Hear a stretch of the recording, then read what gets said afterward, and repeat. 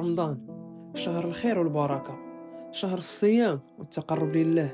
ولكن مع الاقتراب ديالو كيبان واحد المشكل اللي كيقلق بزاف ديال الناس، وهو الغلاء في السوق.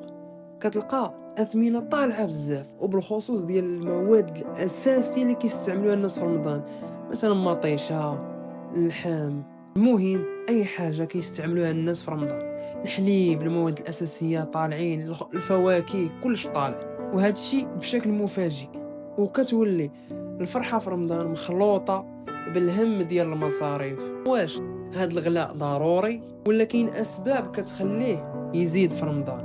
المهم اول حاجه، مبروك عواش لكم، رمضان مبارك سعيد. وحاجه واحده غنطلبها منكم الاخوان، اللي ما كيصليش، هذه هي الفرصه باش انك تبدا الصلاه وما تقطعهاش. حاول تستمر، حاول ثم حاول ثم حاول.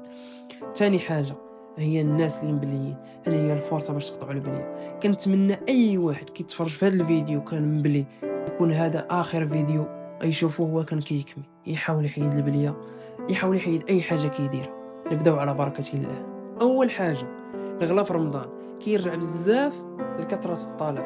الناس كاملين كيبداو يشريو بكميات كبيره استعدادا للفطور والسحور، وهذا الاقبال الكبير كيخلي التجار يطلعوا الثمن، حيت كيعرفوا بان السلع غادي تتباع.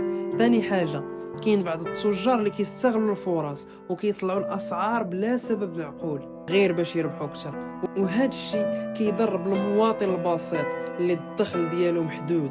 من جهه اخرى، حتى الاستهلاك الزائد عند بعض العائلات كيعاون في ارتفاع الاسعار.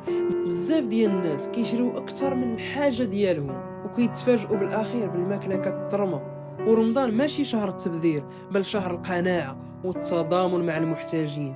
الغلاء كيأثر بزاف على الاسر الفقيره، حيت كيلقاو صعوبه باش يوفروا اساسيات المائده الرمضانيه، وهذا الشيء اللي كيخلق ضغط نفسي وحزن. بينما رمضان خاصو يكون شهر الفرح والسكينه.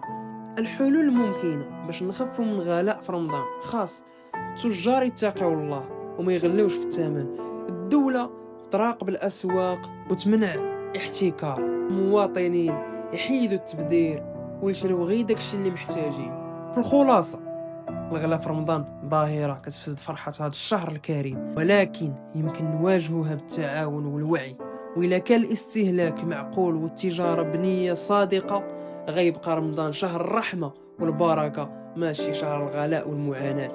إلا عجبك الموضوع ومازال بغيتي مواضيع بحال هكا، ما تنساش دير لايك وابوني للقناه باش ديما بقى يوصلك الجديد.